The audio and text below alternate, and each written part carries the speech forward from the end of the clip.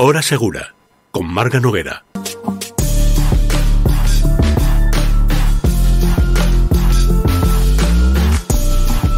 En la recta final del programa y a raíz del trágico derrumbe en la playa de Palma, hablaremos de seguridad en construcciones y reformas. Saludamos al presidente del Colegio Oficial de Aparejadores y Arquitectos Técnicos de Mallorca, Luis Alfonso de León. Bienvenido. Hola, buenas tardes. También al secretario técnico del colegio, Mateo Moyá. Bienvenido. Hola, buenas tardes.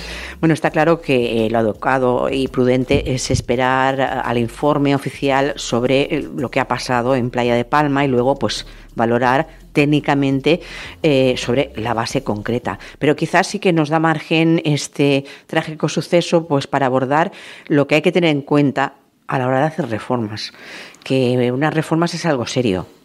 A ver, yo antes de empezar lo que sí me gustaría es felicitarte por el programa, porque tenemos que ser realistas. Estamos hablando de seguridad y justamente hemos hablado del tema de los bomberos, del tema de las ITES, del tema de los informes previos a las compraventas y alquileres. O sea, estamos tocando alrededor de este programa todas las circunstancias que vemos que son el día a día y sobre todo que salen a la luz después de una desgracia. Respecto al tema del mantenimiento, es evidente que no somos conscientes de la importancia que tiene el mantenimiento y de todas las acciones que tenemos que tener en cuenta y llevar a cabo con nuestra vivienda. A mí en la universidad me decía que la desgracia que tienen los edificios es que no se paran como los coches. El edificio funciona siempre y hagamos lo que hagamos, podemos seguir utilizándolo. El coche se para y de aquí no me muevo. Y esto es una cosa que es complicado, pero que tenemos que mentalizarnos. Aparte de todo, tenemos también que ser conscientes de que el hormigón es un producto relativamente novedoso, tiene 100 años. Fue a principios del año 1900 cuando empezó a gestarse y a hacer una producción ya más intensiva con lo que es el hormigón. Y estamos aprendiendo cómo funciona, cómo hay que cuidarlo, cómo hay que mimarlo, de qué manera hay que ejecutarlo, y a medida que vamos aprendiendo cosas vamos actualizando la normativa que estamos aplicando. Y a partir de aquí, pues evidentemente somos los que tenemos, los profesionales, los que tenemos que verificar que las cosas se hacen correctamente. Yo voy a confesar una cosa. Fue a raíz del derrumbe, del colapso del edificio de la calle Alós, aquí en Rodríguez Arias, cuando me planteé hacer este programa. Porque yo en ese momento me planteé, pero ¿cómo se puede caer un edificio así de repente? Bueno. O sea, claro, pero yo me planteé, hay que hablar de estas cosas, y lo que hemos estado haciendo toda esta temporada, y nunca me hubiese imaginado que lo volvería a hablar. Pues mira, Mateo. Lo cierto es que en las últimas semanas, o digamos los últimos meses, ha habido varios colapsos. Sí. Lo que pasa es que no ha habido víctimas y no han trascendido. Es decir, y siempre estamos hablando de lo mismo, edificios antiguos en los que se interviene y a lo mejor no se interviene con la diligencia adecuada. Es decir, y no solo edificios colapsos en los que se interviene, edificios en los que se ha ido interviniendo descontroladamente, añadiendo cargas, una cosa muy sencilla.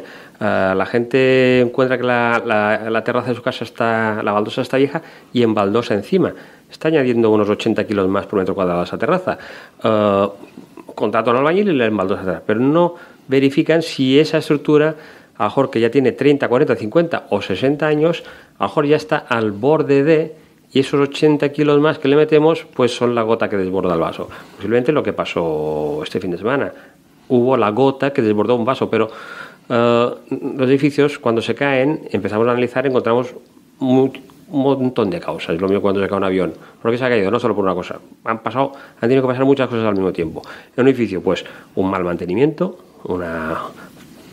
unas intervenciones una detrás de otra. A veces un edificio antiguo, el del tercero ha quitado un trozo de pared porque le molesta para hacer un baño, no dice nada, no pasa nada. El del cuarto al cabo de unos años quita no sé qué porque le molesta para hacer otra cosa. Pero las paredes maestras no se pueden tocar. Bueno, pero no todo el mundo sabe lo que es una pared maestra. Y esto entonces, lo sé yo, que no soy aparejador ni y nada. Además, en los edificios antiguos, y esto ahora lo va a decir Luis, que levanta el dedo, hasta los marcos de las puertas aguantan.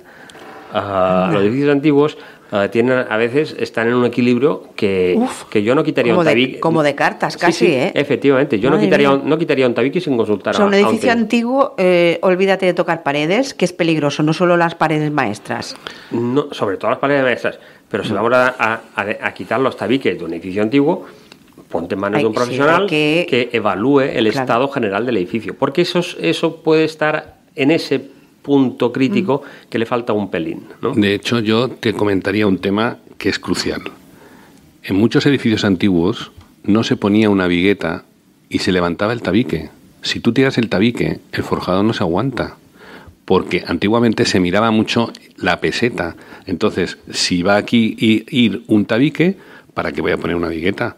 Pongo el tabique y sobre ese tabique yo apoyo lo que tengo que apoyar. Has hablado de forjado. Estos días hemos oído hablar mucho de forjado. ¿Qué es el forjado exactamente? El forjado es el elemento horizontal que pisamos. Vale. Es un elemento de la estructura que está compuesto por varios elementos que se llaman viguetas, bovedillas, capa de compresión, y que todas ellas forman un conjunto que se llama forjado. Los forjados se apoyan sobre las jácenas y luego las jácenas traspasan el peso a los pilares, que son los que llevan todo el peso hasta la cimentación.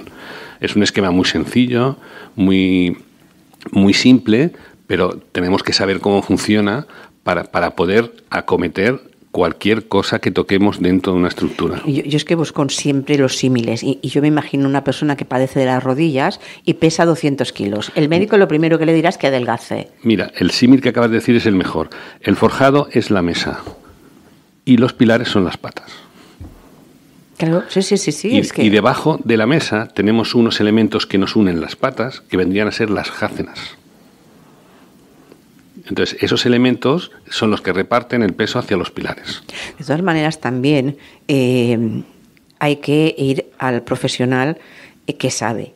En este caso, estamos hablando de aparejadores, arquitectos técnicos, porque hemos comentado en alguna ocasión que a veces, vamos a hacer una reforma, tengo el amigo que es un manitas y su cuñado también, y ya han hecho, ha trabajado de albañil, y supongo que con toda la buena voluntad, y vienen y te hacen, pero no tienen los conocimientos necesarios, como tiene una persona como vosotros que tenéis unos estudios y sabéis lo que se puede quitar, lo que no. Entonces, a veces yo creo que muchos problemas vienen porque lo hace gente sin la preparación. Efectivamente. Yo hace unos años requirieron mis servicios para un propietario que los vecinos se asustaron y quisieron que alguien certificara que la obra que había hecho en casa estaba bien. Fui a verlo, una obra acabada, y ordené inmediatamente apuntalar todo el edificio.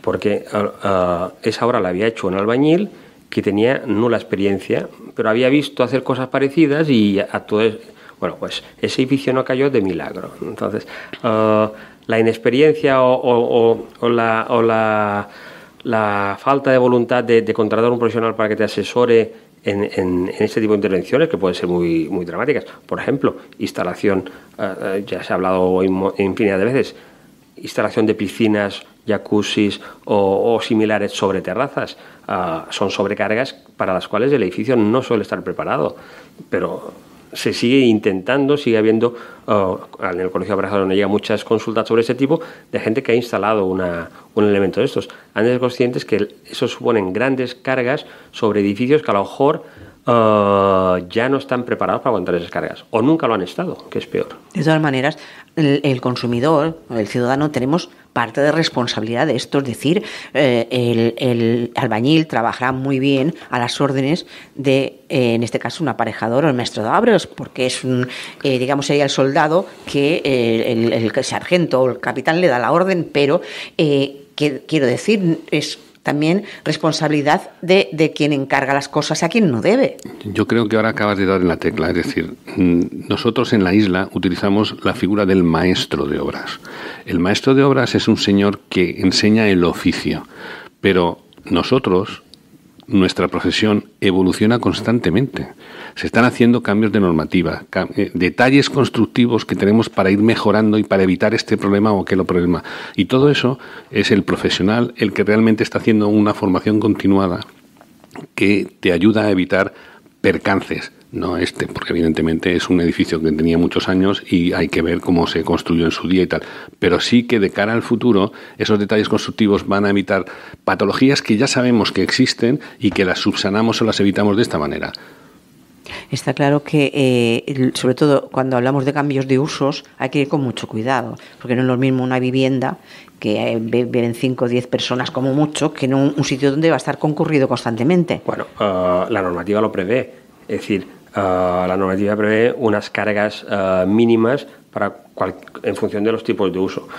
Vamos a ver, si hablamos de un restaurante con mesas y sillas, las sobrecargas de uso son las equivalentes a una vivienda. O unas cuantas mesas con gente sentada nunca sobrepasarían unas cargas normales. Si estamos hablando de espacios diáfanos donde la gente estará de pie, apretada, tomando copas, ya entramos en sobrecargas importantes. Pero cuando hacemos un proyecto de actividad, cuando un local se define la actividad que va a tener, esa es una de las cosas que el proyectista tiene que tenerlas en cuenta. No es lo mismo hacer una licencia de actividad de un bar-restaurante donde habrá 10, 12 mesas con 4 o 5 personas sentadas por mesa, que serán unas cargas normales, a que sea un bar donde haya un pinchadiscos y un espacio vacío donde la gente se acumulará. Que sabemos que al final se acumula mucha gente. Entonces, y dando saltos, que eso pues, también son impactos, ¿no? No es lo mismo estar de pie que dar saltos, digo yo. Efectivamente. Lo que pasa es que cuando calcula la sobrecarga de uso, ya tienen, en función del tipo de uso, eso ya está contemplado, ¿no? Entonces, es responsabilidad del propietario de esa actividad encargar ese proyecto de actividad, y ese proyecto de actividad tiene que contemplar esas cosas, si el local es apto para las cargas que va a tener a partir de su uso.